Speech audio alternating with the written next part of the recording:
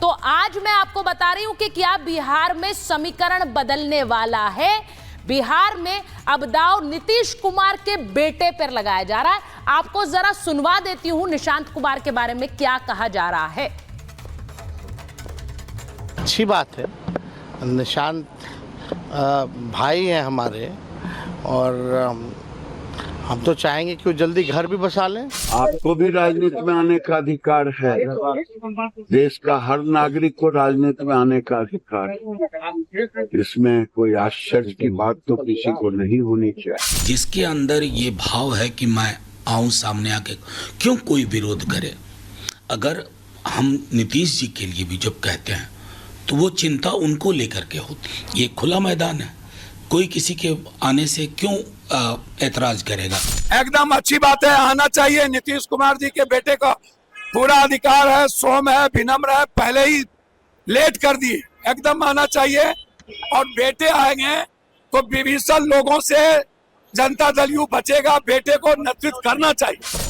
अरे निशांत जी को RJD join कर लेना चाहिए। अरे निशांत जी को आरजेडी ज्वाइन कर लेना चाहिए। तो तेज प्रताप यादव कह रहे हैं कि निशांत जी को आरजेडी ज्वाइन कर लेनी चाहिए। अब बिहार में क्या एक नया समीकरण, एक नया खेल जग रहा है, इस पर आज बात करूंगी। एक रिपोर्ट पहले देखिए।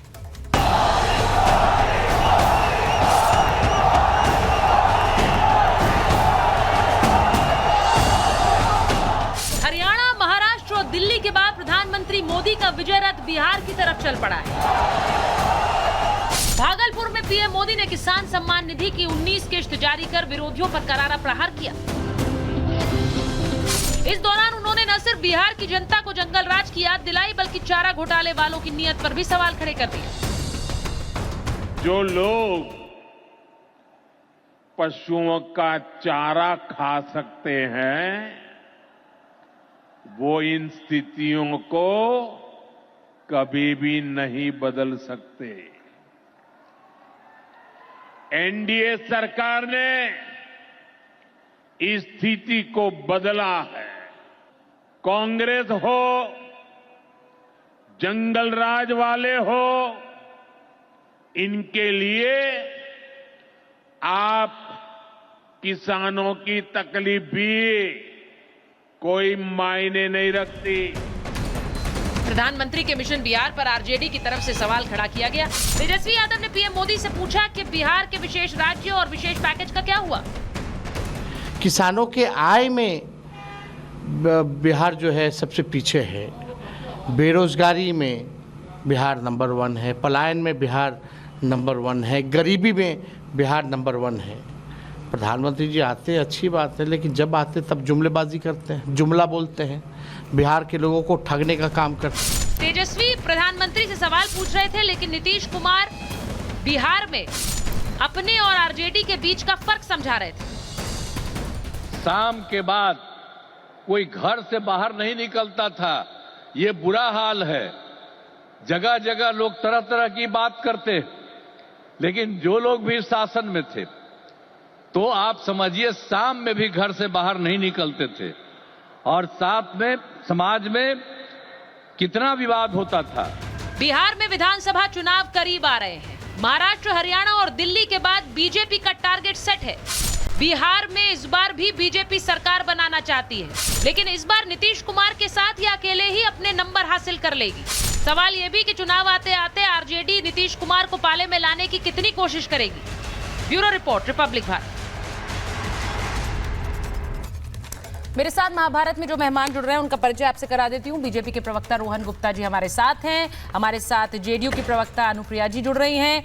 अवधेश कुमार जी वरिष्ठ पत्रकार स्टूडियो में आ गए हैं। हमारे साथ राजकुमार भाटी जी, राष्ट्रीय प्रवक्ता समाजवादी पार्टी, स्क्रीन पर दिखाइए प्लीज। पप्पू यादव जी हैं, सांसद हैं पूर्णिया से, और कंचना यादव जी हैं, प्रवक्ता हैं आरजेडी की। बहुत बहुत स्वागत आप सभी का।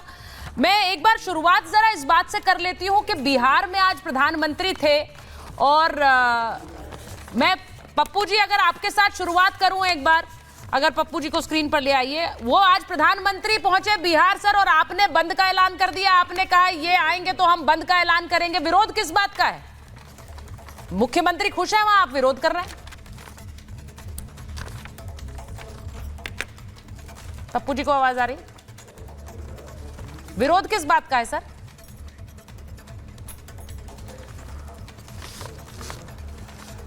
देखिए, हाँ। आज उन्होंने झुनझुना फिर थमाया, फिर झूठ, फिर 25 साल पहले जंगल राज, चारा खा गया, नई कोई बात नहीं, भागलपुर एयरपोर्ट की बात नहीं, रक्सौल एयरपोर्ट की बात नहीं, मुजफ्फरपुर एयरपोर्ट की बात नहीं, सिल्क फैक्ट्री की बात नहीं, जमालपुर रेलवे की बात नहीं, सिगरेट फैक्ट्री, बंदूक फैक्ट्री की बात नहीं, जूट मिल की बात नहीं, मखाना फैक्ट्री की बात नहीं, मधेपुर दूध फैक्ट्री की बात नहीं, दरभंगा का पेपर मिल की बात नहीं, दालचीनी मिल की बात नहीं, गन्ना की बात नहीं।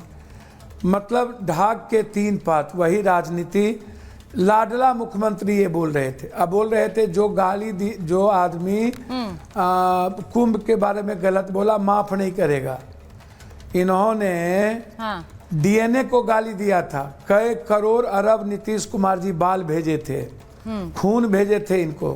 तो बिहार के डीएनए को गाली देने वाले को बिहार कभी माफ करेगा? आप हमको तो नीतीश कुमार जी का उम्र क्या है? पप्पू जी, लेकिन नीतीश कुमार तो तारीफ कर रहे हैं। मैं वही बात तो कह रहा हूँ। कुमार तो वाहवाही कर रहे थे आज मैं मंच तो से वही उनकी। कह रहा हूँ, प्रधानमंत्री हमारे हैं तो सम्मान के पात्र हैं। हाँ। लेकिन मैं आपसे एक बात पूछना चाहता हूँ। हाँ। वाहवाही तो मुख्यमंत्री मंच से कर रहे हैं उनकी। विकास बिहार के लिए इनके पास कुछ भी नहीं है। भागलपुर गए, भागलपुर में ना तो ये विक्रमशिला को नंबर 1 करने की बात कही, ना ये इन्होंने कहा कि मैं मुख्यमंत्री के नेतृत्व में चुनाव लड़ूंगा। हाँ। नीतीश कुमार अगला मुख्यमंत्री होंगे, ना यह बात इन्होंने कही। हाँ।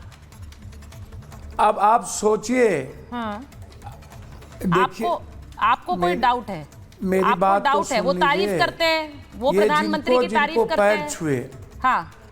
उद्धव ठाकरे जी उनकी पार्टी को बर्बाद किए, अडवाणी जी का पैर छुए, वो गए, ये रेड्डी को किए, वो गए, शिंदे को किए, वो गए, रामविलास जी को किए, हनुमान बोले, वो गए, हनुमान को लात मारे।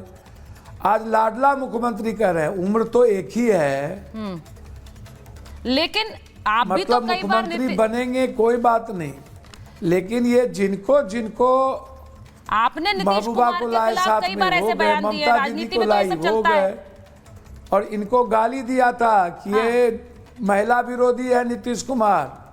नरेंद्र मोदी के रहते कोई महिलाओं का अपमान नहीं कर सकता। तो आज क्या हो गया? पर आपने आज भी तो कई बार, पप्पू जी, कैसे हो गया? पप्पू जी, आपने भी कई बार सवाल उठाए हैं नीतीश कुमार पर। नहीं, राजनीति में तो ये सब होता है। नहीं, बयान से कब पलट जाते हैं नेता, पता ही नहीं चलता। नहीं, मैं नीतीश कुमार के खिलाफ आप उठा करके दिखा दो, अच्छा, सवाल नहीं उठता। मैंने पूर्णिया कटिहार बंद इसीलिए किया कि आप मखान सबसे ज्यादा पूर्णिया, कटिहार, सहरसा, सुपौल, किशनगंज और मधुबनी सबसे ज्यादा 70-80% पूर्णिया, कटिहार, सुपौल, सहरसा। हाँ। और इनके मंत्री जाते हैं, कृषि मंत्री दरभंगा में। दरभंगा में हम लड़ते रहे एयरपोर्ट के लिए, दालचीनी मिल के लिए, पेपर मिल के लिए,